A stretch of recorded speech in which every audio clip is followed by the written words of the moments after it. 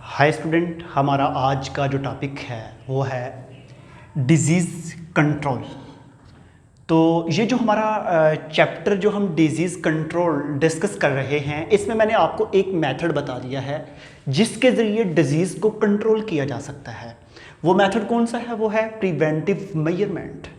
Student, preventive measurement एक ऐसा method है जिसके अंदर हम डिज़ीज़ को कंट्रोल करते हैं परहेज़ करके, और कुछ ऐसी बीमारियां हैं जिनको हम परहेज करके भी कंट्रोल नहीं कर सकते। तो फिर उनको कैसे कंट्रोल किया जा सकता है? उनको हम करते हैं वैक्सीनेशन, या इसको हम बोलते हैं इम्यूनाइजेशन। जैसा कि दो बीमारियां थी, एड्स और हेपाटाइटिस। मैंने आपको उसमें बताया था कि जी आप ये जो है प्रिवेंशंस करें, ये प्रिकॉशंस हैं, और इसके अलावा जो है आप ब्लड ट्रांसफ्यूजन्स है, कंटामिनेटेड सिरिंजेस है, उसके बाद आपके कंटामिनेटेड सर्जिकल इंस्ट्रूमेंट्स हैं, वो तमाम आपके परहेज में आते हैं। लेकिन कुछ ऐसी डिजीज़ हैं जो परहेज करने के बावजूद भी हो जाती हैं। तो उनको फिर कैसे कंट्रोल करना है? उनको कंट्रोल करना है वैक्सीनेशन से। उनमें से कौन कौन सी बीमारी है? पोलियो, मम्स, मीजल एंड वुपिंग कफ। आपको पता है कि पोलियो जो है ये बेसिकली हमारे स्केलेटन सिस्टम पे अटैक करती है। इसमें एक जो हमारी जो लेग्स है उसका साइज ग्रो करता है, और जिस पे ये अटैक करती है उसका साइज ग्रो नहीं करता। दूसरा मम्स है। मम्स का मतलब होता है किसी चीज़ का आउटग्रोथ हो जाना। हमारे ये जो सलाइवरी ग्लैंड्स हैं, इनके अंदर जो है वो प्रॉब्लम्स होने की वजह से ये स्वेल कर जाते हैं, और बाज़ औक़ात इंसान मर भी जाता है। मीजल्स, छोटे छोटे स्पॉट बन जाते हैं पूरी बॉडी के अंदर। एंड वुपिंग कफ, इसको हम उर्दू में अगर आप इसको पढ़ें तो इसको हम काली खांसी भी कहते हैं। स्टूडेंट, वुपिंग जो है ये एक वॉइस है। जब आप खांसते हैं ना, उससे पहले वो इस तरह की आवाज़ आती है, तो इसलिए हम इसको बोलते हैं वुपिंग कफ, काली खांसी। अब मैं ये आपको बता दूं कि ये वैक्सीनेशन क्या है और आपने इसको कैसे कंट्रोल करना है। जैसा कि सुने, आपने देखा होगा कि जब बच्चा पैदा होता है ना, उसको कतरे पिलाने वाले आते हैं, ड्रॉप्स जो है उसकी बॉडी के अंदर इनॉकुलेट किए जाते हैं। वो जो कतरे पिलाने वाले होते हैं वो बेसिकली आपकी बॉडी में पोलियो का वायरस इंजेक्ट करते हैं। पोलियो का वायरस इनॉकुलेट करते हैं, लेकिन कौन सा? Dead virus. कौन सा वायरस? Dead virus.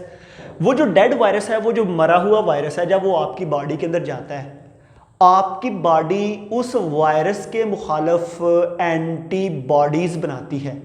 मीन के आपकी बॉडी उस वायरस के मुखालिफ अपना दिफा मजबूत कर लेती है। लेकिन मुझे ये बताएं, वो वायरस क्या बॉडी में अटैक कर सकता है? नो, क्योंकि वो क्या है? डेड। अब मुझे ये बताएं कि पोलियो के मुखालिफ आपकी बॉडी ने दिफा कर लिया। नेक्स्ट टाइम अगर कोई जिंदा पोलियो का वायरस आपकी बॉडी में आता है, आपकी बॉडी ऑलरेडी पोलियो के मुखालिफ जो है वो दिफा कर चुकी है, इसलिए वो आराम से उसको कंट्रोल करेगी और बॉडी के ऊपर अटैक नहीं होने देगी, बॉडी को बचा देगी। ठीक है, तो इस तरीके को हम क्या बोलते हैं? वैक्सीनेशन। तो आपको मैंने पहले ही बताया कि जब आपकी बॉडी के अंदर मतलब कि वो जो ड्रॉप्स हैं या वो वायरस हैं या वो जो वैक्सीन है जब आपकी बॉडी में डाली जाती है, तो आपकी बॉडी उस डिजीज़ के मुखालिफ इम्यून हो जाती है, जिसकी वजह से हम उसको बोलते हैं इम्यूनाइजेशन। इम्यून हो जाती है जिसकी वजह से हम क्या कहते हैं? इम्यूनाइजेशन। ठीक है जी। और उसी प्रोसेस को हम कहते हैं वैक्सीनेशन। ये मैं आपको आगे जाके बताता हूँ कि ये वैक्सीनेशन क्यों कहते हैं।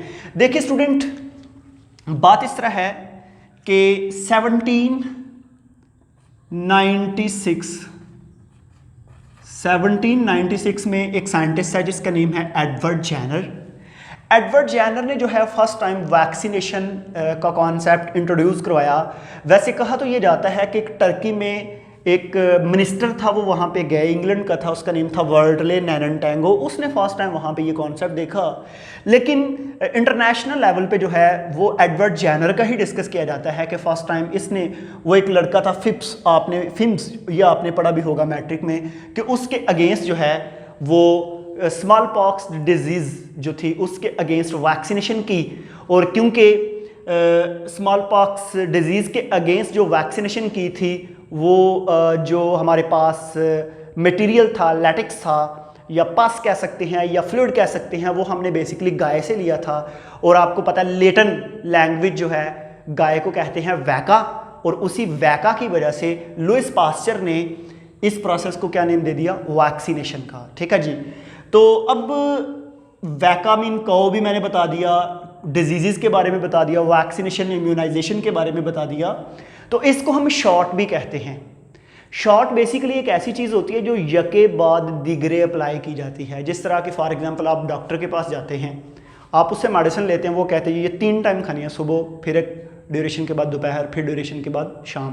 इसी तरह आपको पता है कि पोलियो के कतरे जो पिलाए जाते हैं उनका ड्यूरेशन है जी 1 माह बाद या 6 माह बाद या साल बाद, इसको हम कहते हैं शॉट। ठीक है जी। Vaccination process are also called shot.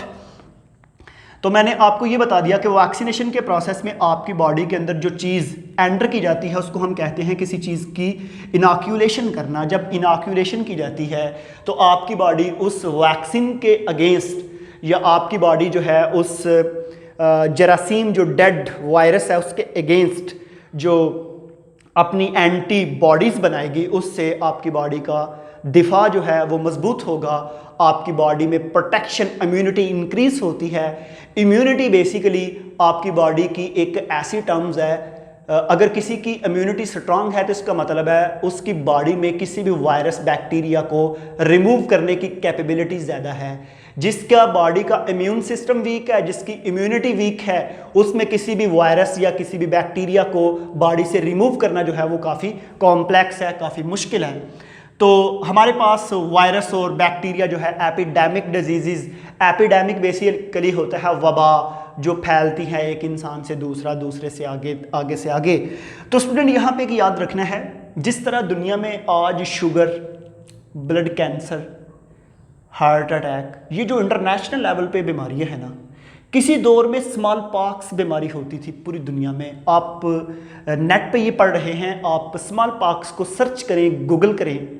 जब आप गूगल करेंगे तो वो देखेंगे वो लोग जो हैं उनकी बॉडी के ऊपर छोटे छोटे दाने बने हुए हैं, स्मॉल पॉक्स के मरीज जो होते हैं। ठीक है, ये वर्ल्ड वाइड थी। इसको हम कहते हैं कॉस्मोपोलिटन डिस्ट्रीब्यूशन, जो वर्ल्ड वाइड पूरी दुनिया में पाई जाती है। ठीक है, लेकिन जब इसका कॉन्सेप्ट एडवर्ड जेनर ने दिया तो उसके बाद फिर हमने इसको कंट्रोल किया। तो अभी साइंटिस्ट ये कहते हैं कि ये जो हमारे पास स्मॉल पॉक्स है हमने पूरी दुनिया से एरेडिकेट कर दिया, पूरी दुनिया से ख़त्म कर दिया, इसको रिमूव कर दिया है।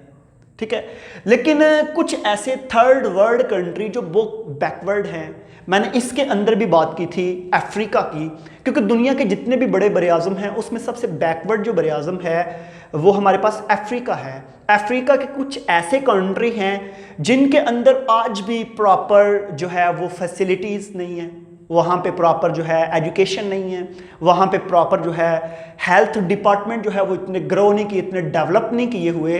अब पाकिस्तान में सिंध में देख लें, सिंध में अभी जो है हमारे पास अंडर डेवलप्ड एरिया है, वहाँ पे बेशुमार रूरल एरियाज ऐसे हैं जिनमें रूरल हेल्थ सेंटर ही नहीं है। ठीक है जी, तो हमारे पास उन इलाकों में कहते हैं कि अभी भी स्मॉल पॉक्स है, लेकिन तकरीबन दुनिया से ये एरेडिकेट कर दी गई थी। और ऐसे अभी स्टूडेंट एड्स जो है इसके ऊपर भी काफ़ी काम हो रहा है, और एड्स के अगेंस्ट भी हम बना रहे हैं वैक्सीन, और इसका इलाज भी उसी तरह कर रहे हैं कि एड्स का जो वायरस है उसको डेड करके बॉडी में इनोकुलेट किया जाता है, फिर बॉडी जो है उसके अगेंस्ट जो है वो बना रही है एंटीबॉडीज़, और उससे उसकी बॉडी का इम्यून सिस्टम जो है वो स्ट्रांग हो रहा है। तो एडवर्ड जेनर जो है ये बिलोंग करता था इंग्लैंड से।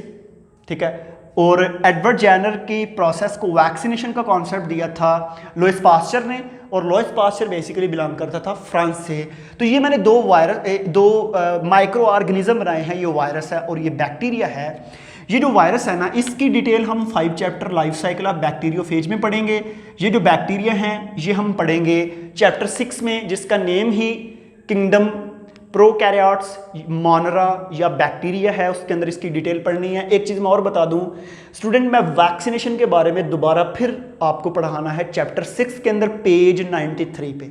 ठीक है, जो आप पढ़ रहे हैं आपके पास बुक है, आप देखें पेज 93 पे वैक्सीनेशन का एक पूरा टॉपिक है, उसके अंदर हम इसको डिस्कस करना है। तो डिजीज़ कंट्रोल के मैंने 2 मेथड आपको पढ़ा दिए। पहला बताया प्रिवेंटिव मेजर्स, प्रिवेंटिव मेजर्स के बाद जो है दूसरा पढ़ाया है वैक्सीनेशन, और स्टूडेंट नेक्स्ट वीडियो में आपको मैं drug treatment and gene therapy के बारे में बताऊंगा। तो आज हम अपना लेक्चर जो है यहाँ पे कंप्लीट करते हैं स्टूडेंट। आज के लिए थैंक यू।